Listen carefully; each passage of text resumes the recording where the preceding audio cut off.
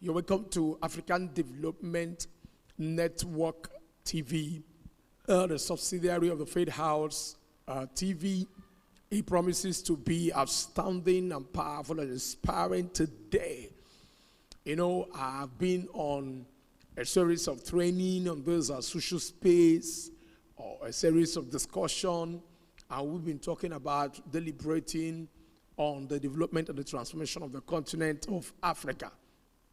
And I wanted to know that today we are going to be looking at the third thing that has created an unusual underdevelopment in the continent of Africa, in my country, Nigeria. Even though I'm trying to make a little bit more emphasis on Nigeria, the same principles are applicable in all nations in this continent of Africa. And I believe that as we begin to work together as partners, as people in this synergy, we trust that before the year 2035, the continent of Africa shall become one of those outstanding continents that the world will be celebrating. Today, I will be talking about the third thing, or the third reason why we have not been able to have economic growth or economic development in the continent of Africa, and that has to do with our inability to engage or invest in productive work with time. Inability to engage with productive work with time. Our inability to give attention to time and productivity in the things we do, and improving on the number of people that are engaged in productivity, has created a lot of challenge in the continent of Africa, in Nigeria to be precise. And before I go further, I wanted to know that this is coming across your way through the Faith House Transmission Assembly. That is a system that is sponsoring what we're doing now in the area of values and creating character and content for everyone that is working with us. We also have the Faith House leads group of companies that is involved in the financial support in making sure that we come across your way. And also the iGold Africa. iGold means Initiative for Good Governance, Leadership and Economic Development. And I'm just coming across your way from Owerri, Imo State, Nigeria, West Africa. And currently on our time is about 20 minutes to 4 p.m. West African time. And this is the International Center for Leadership, Diplomacy, Economic and Human Development. My name is Basiken Emmanuel. I'm your host today, and we're going to be discussing some few things. Please do well to subscribe to our YouTube channel. Do well to also click on the notification buttons in the case we drop another video, because we keep making videos every day or fortnightly or after every two days, depending on time and capacity, so that you can actually view them and get yourself connected with us. One thing you have to do for us to work together is to send us an inbox, chat us up, and let's work together. Let's know your vision, because we're here to make sure that your vision becomes a reality. And the second thing you need to do is to make sure that you share the link of this video with your friends, with your senators, legislators, your business colleagues, your medical doctor friend, or your personal doctor. Any of your friends that is involved in entertainment, music, sports, arts and culture, politics or governance, business or economics. And then if he's a Muslim, please share the video with the person. If he's a Christian, share the video with the person. We know that every one of us will have the capacity to do the needful and to create an unusual change in the continent of Africa.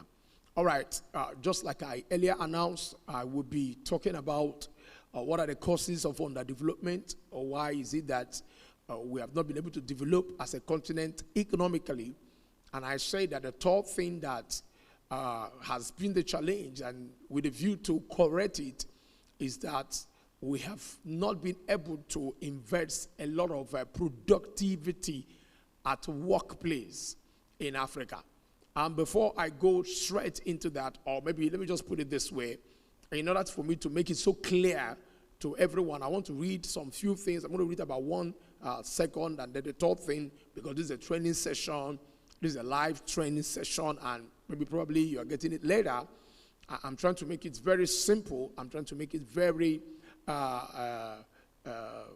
academic, as it were, so that we can understand where we're going. Let me just read some things for you, my viewers, that will interest you. Let me just go. Any time used for non-productive work is still a wasted time. Any time that is used by Africans, any time that is used by anybody, any time that is used by Nigerians for non-productive work is a wasted time. Number 2 is that time can be used to double the GDP of Nigeria and Africa if we understand the value of time and use it wisely. It will be able and develop the capacity to improve on the gross domestic product of the continent of Africa, of Nigeria, of Ghana, of Cameroon, of Kenya, South Africa, of Mauritania, Mozambique, of what have you. It doesn't matter your country, as long as we begin to give attention to the issue of timing, the issue of productivity at workplace. As long as we give attention to it, it will definitely improve on our gross domestic product. The third thing that we need to know as Africans everywhere, and everyone who's going to come across this video, is for us to understand that a more judicious use of our productive time can double our GDP and economic growth in just 2 years. The proper use of time alone will propel our nations and our continent to the league of advanced countries of the world. I'm going to explain that as I go further in the discussion and in the training on how we can actually be the supposedly quote-unquote first world countries by reason of engaging more productivity at workplace. Number 4 is that every citizen can contribute. Every citizen of Nigeria, every citizen of Sierra Leone, every citizen of Liberia, every citizen of Benin Republic, or every citizen that is domiciled in Africa can contribute to our GDP as individual nations and collectively by using time productively. Then it is useless for the bulk of our young people to just be roaming around the streets, hanging out in pubs and cinemas and sitting idle at home doing nothing. I'm going to also talk about the issue of our young people who just loiter about and waste a lot of time. And that's number 5. The 5th thing that we need to know is that if we really want to double our GDP, every citizen must stop wasting time on non-productive activities. And finally, for us to become the largest economy in the world, whether it's your nation or my nation, or together our continent, for us to be part of the largest economy in the world, it will require us a kind of discipline that will bring us to a place where we begin to downplay public holidays, weekends, and unnecessary work leaves. I'm going to explain that. Very, very important. We cannot talk about the issue of productivity without dealing with these points that I have actually mentioned before you now. And one of those striking things that we must give attention to in Africa and in Nigeria, to be precise, has to do with the concept of public holidays, weekends, and unnecessary work leaves. It's so disheartening, especially in Nigeria, to find a lot of people who want public holidays. We get excited in Africa. We get excited in Nigeria when it has to do with public holidays. And this has actually affected the productivity. It has actually affected our gross domestic product. It has actually affected the development of our continent and our individual nations. I want to read some more things for you to buttress this point, because I have a lot of things I wanted us to talk about, but I may not be able to go into it because of time and space. Let me read this very, very well, because I believe that I'm talking to intellectuals. I believe that I'm talking to powerful people who understand how to navigate through the explanations I'm going to be making briefly. It said, becoming the largest economy in the world will require from us as Africans a kind of discipline that will bring us to a place where we begin to downplay on public holidays and unnecessary work leaves. Let me just go ahead again. I know that this is a strange concept to a typical Nigerian and to a typical African worker. I understand that Africans have been able to travel to some African countries, and I've lived in Nigeria almost all my life, and I understand this, that many Africans and many Nigerians are always happy and excited when it's Friday or when it's a public holiday, because they don't want to work. They don't want to work because they believe that, okay, they say, thank God it's Friday. Excuse me. They say, thank God it's Friday. Everybody's going home and all that. There won't be work on Saturday. There won't be work on Sunday. And then once it gets to Monday, people are like, oh my God, work. But you find out that as long as you're part of these hybrid of individuals who get excited about the weekend, who get excited about public holidays, you are killing the economic activities in Nigeria. You're part of the people killing the economic activities in the continent of Africa. In fact, you're contributing to the deterioration of our economy if you're a lover of weekends and if you're a lover of public holidays. In fact, most workers dream of weekends and are very unhappy to resume work on Monday, just like I explained. This is, however, not the case in first world countries like Japan. Please pay attention. I'm going to read some things concerning Japan. Everybody's excited about Japan, but you find out that the problem is this. We cannot become like Japan just by prayers. We must make sure that we deal with the issue of productivity at our various workplaces. The Japanese work has been adjured as one of the most hardworking people all over the world. A normal and average Japanese worker works very, very long hours, unlike what we have in several African countries, even in Nigeria. They had to go home. These Japanese people, they had to go home even after official closing time. Wow. In the local government offices in Toshima, a district of downtown Tokyo, they have resorted to turning the office lights off at 7 p.m. and in an effort to force people to go home. Could you imagine that they have decided to create a system where they have decided to be shutting the light off by 7 p.m. I wonder whether there's any African or whether there's any Nigerian that is working for the government or working in his own private establishment that turns the light, by 7 p.m. except the chief executive officer, except somebody like me. And you find out that people like us are few. Most people just go to work by 9 a.m. and then they go by 4 p.m.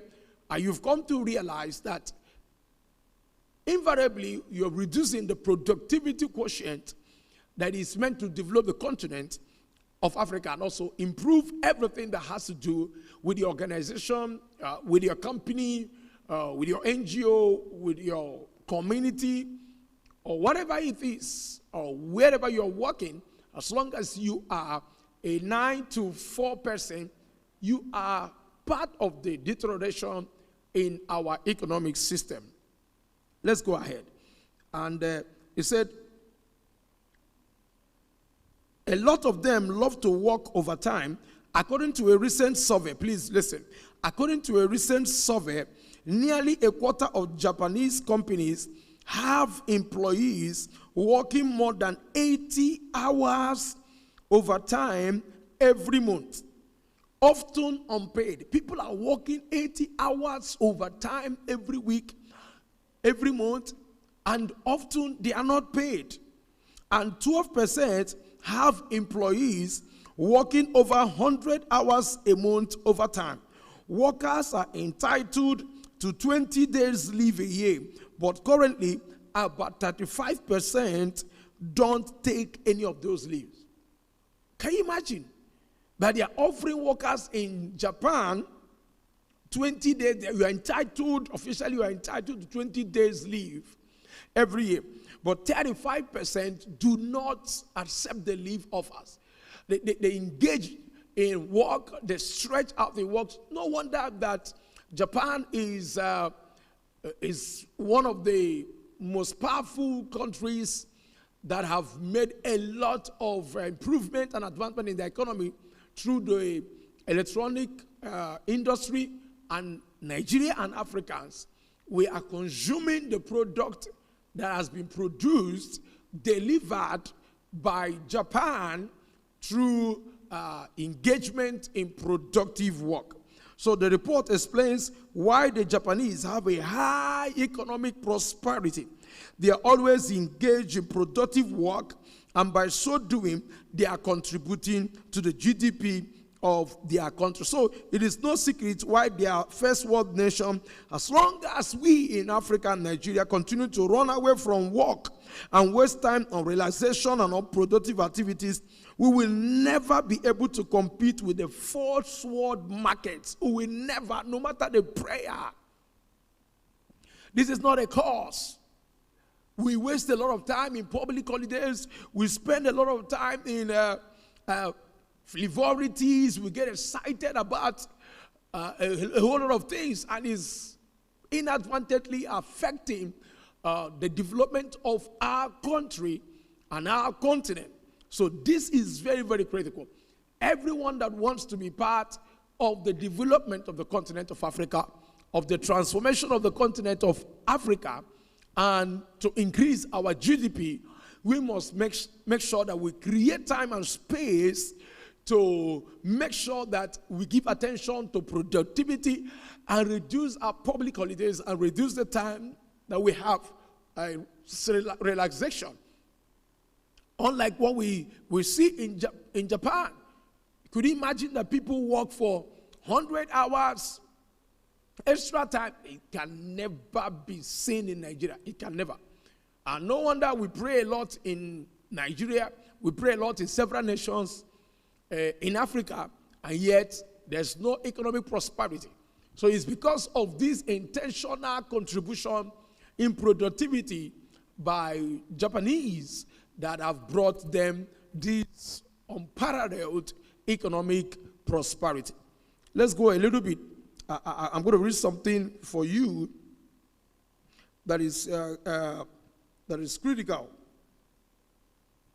Let me just Let me just read this for you. It's going to be quite informative. In the same survey, in Japan, there are 15 days of holidays a year. From January to December, there are 15 days of holidays a year. In the United States, there are only 10 public holidays in a year. In United Kingdom, they have 8 public holidays. In Mexico, they have 7 public holidays. I'm talking about 2018. Nigeria has scheduled, 19 plus public holidays for the year 2018, including national and state holidays. It is easier for us to now see why our economy is the way it is. If these countries that are already developed are having very few holidays, shouldn't Nigeria and other nations in Africa with a recessed economy and poor development have much fewer holidays? So this is just like, it's not rocket science, it's a very simple mathematics. Japan had about 15 days. In 365 days, they were able to have about 15 days holiday. And then United States, that is one of the heavy pillars in economic prosperity, they have about 10 in that year, 2018. And United Kingdom have about 8 public holidays. Mexico has about 7 public holidays. Nigeria, however, has scheduled 19 public holidays for the year 2018, including national and state holidays. So you find out that consistent waste of time and unproductivity has been the undoing of several countries like Nigeria in Africa. And all we do is to waste time praying, waste time in fasting and prayers, waste time in different aspects of society, societal weddings, receptions, burials. Sometimes you just wonder, a burial that is coming up next week and somebody had to just travel for a whole 1 week just to attend the burial. And most times when I meet people and discuss with them and I wonder, I was like, what's going on around you? They say, we are Africans, we are Africans. We have value for the dead. You know, I had a lot of problem with some people. That was 2 years ago, about 1 year plus now, when I lost my mom. I lost my mom, and then against everyone's expectation as the first son in Africa, I was expected to come back and stay in the village for complete 1 week. For crying out loud, for what? You know, to put things together. I was like, for what? And this is one of the things that several people have actually adopted. And the crazy part of it is that this thing is all a kind of a slavery. It has caught up with professors, caught up with people that are involved in economic policy making in different aspects of our economy in Nigeria and in Africa. I only came the day of the burial, and then once the burial was done that day in the evening, I just entered my car and I left. And once I did, everybody was shocked. And before you know it, my dad, everybody just started leaving the village. We found out that people do burial, they take 1 week. And you know, we have a school in our state. I will always be shocked most times that parents will just come and say, I want to take my child and go. And we're asking why. They said, we're going for a burial, or we're going for a wedding. I said, is it the little child that is less than 13 years that is wedding? He said, no, all of us must go for the wedding. It is important that all of us go for the burial. When I lost my grandfather, I was the only one that attended the burial. My wife and my children, they never attended. They were all busy doing some other things. So I want us to know that it becomes imperative that there's no devil anywhere fighting us in Africa. There's no devil anywhere fighting our economic prosperity in Nigeria. The devil is in the public holidays. The devil is in the weekends that we get excited about. The devil is in the time that we have actually invested in doing some crazy things. And I want to let you know that it wasn't quite easy. I had a lot of brushes. I had a lot of altercations. But I'm fine about that because I know that I need to take some time to improve on my economy. I value my time. I value the time that I'm putting in to make sure that you listen to me. It takes a lot of time to put whatever I am bringing across your path today to quality and standard. It takes a lot of time of reading. It takes a lot of time of researching, of thinking, of public speaking, of information and all that. So it's important you understand what I'm talking about here today. That until we begin to give attention to productivity, we cannot develop as a continent and as a nation. Let me just also release a few things that will interest you as we begin to ramp up for now. Let me just read. What should Nigeria and Africa do to double her GDP becomes the question. Or to make it larger than that of Japan, China, and USA, we need to increase our productive working time. We need to urgently improve our productive working time.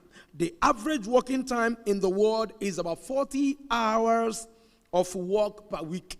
The average working time all over the world is about 40 hours per week. That is 8 hours of work per day for 5 working days.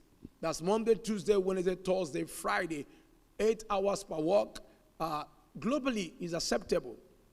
If you're a civil servant, if you're a CEO or you're an entrepreneur or you work for yourself, you need to stretch also.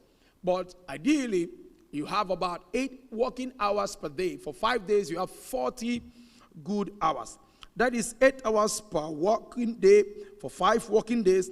A typical Nigerian public or private office worker and a typical African worker resumes work by 9 a.m. in the morning and closes by 4 p.m.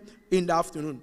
That is even less than 8 hours of work. You find, instead of people coming by 8 o'clock and going by 4, you find out that they come by 9, and most of them close by 2. Most of them close by 3. Let's go ahead. We must not also forget that there are common scenarios in big cities, like if you are in Nigeria, big cities like Lagos, like Port Harcourt, like Abuja. You find out that you have a lot of traffic in those cities where it keeps people on the road and they go to work most times by 11 a.m. They get to work by 11 a.m. Some of them get to work by 12 noon.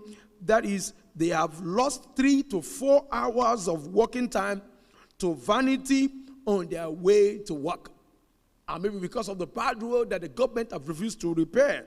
Hence, they work only for 4 hours a day instead of 8 hours. So you find that an average Nigerian and average African works about 4 hours per day.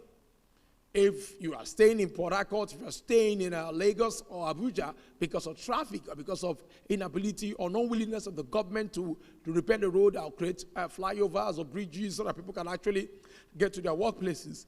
So someone that is supposed to get to his workplace, let's say by 8 a.m., gets to his workplace by 9. Some get there by 11, and by 3 o'clock, they need to start going home again. Oh, my God. You find out that over time, 1 year, 3 years, 4 years, 6 years, 10 years, this individual has contributed nothing towards the economic prosperity of his organization, of his state, of the nation, and of the continent in general. However, according to the Nigerian Labour Act, listen, according to the Nigerian Labour Act, every worker is to work 6 hours against 8 hours. Every worker in Nigeria is meant to work 8 hours globally, but now the Nigerian Labour Act is saying that you work for 6 hours. So you work for 6 hours, and then you're not able to meet up with the 6 hours. You reduce it to 2-3 hours, so you can see the reason why we are poor. So the 6 hours per day with a break of 1 hour. The Labour Act also allows at least a full 24 hours of what? Consecrated time off per 7 days. So you need to have an off per every 7 days. So in the Western world, like in the United States, the Labour Act states that the number of hours of work per day should be 8 hours. So comparing this to that of Nigeria, people in the United States work 2 hours longer than Nigerian Labour Act stipulates. We should not be surprised then that they have a far higher GDP than we have. They have a higher GDP than we have. They are more productive country than we are. That is why it is expedient for us to increase our productive working hours in Nigeria if we want to build an economically competitive nation. If we want to build an economically competitive nation, if we want to build an economically competitive continent, if we want to build an economically competitive Cameroon, if we want to build an economically competitive Liberia, economically competitive Sierra Leone, economically competitive Kenya, economically competitive South Africa, competitive Rwanda, economically competitive Benin Republic, economically competitive Sierra Leone. if we want to have such kind of system operational, we must make sure we work more longer hours than the United States of America. That our labor act is about 8 hours, and we have 6 hours. And inside of the 6 hours, we have not been able to maximize the 6 hours. We just work about 3 hours or 4 hours, and everybody just stretching up. Africans are just stretching up after 6 hours. I'm working hard. But you find out it's not going to work like that. It doesn't matter how much of our prayers or staying in the church to pray or going to mosque to pray, until you come to work by 8 a.m. and close by 5 p.m., you've not been able to make adequate contribution towards the economic prosperity of your community, of your company, of your organization, and invariably of the continent of Africa. It's not just about maybe coming to work in the morning by 8 o'clock or by 9 a.m. and then you press your phone, you move from Twitter to Facebook, from Facebook to Instagram, from Instagram to Telegram, and then by 5 o'clock in the evening, you just carry a bag and say, oh, today is just wonderful. Just ask yourself a critical question. Maybe just say, today, have you been able to add some things? Have you been able to create a product? Have you been able to create goods and services? Just like today, I'm here today talking to you.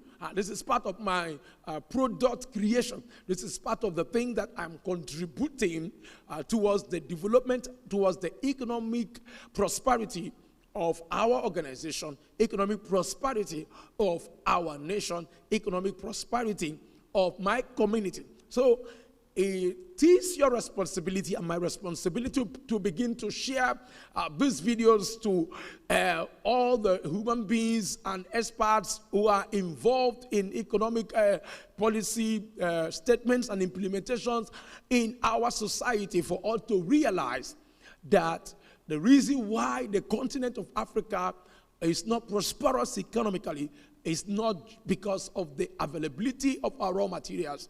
It's not because of just the inability to create systems for human capital development. It also has to do with inability to be productive at workplace.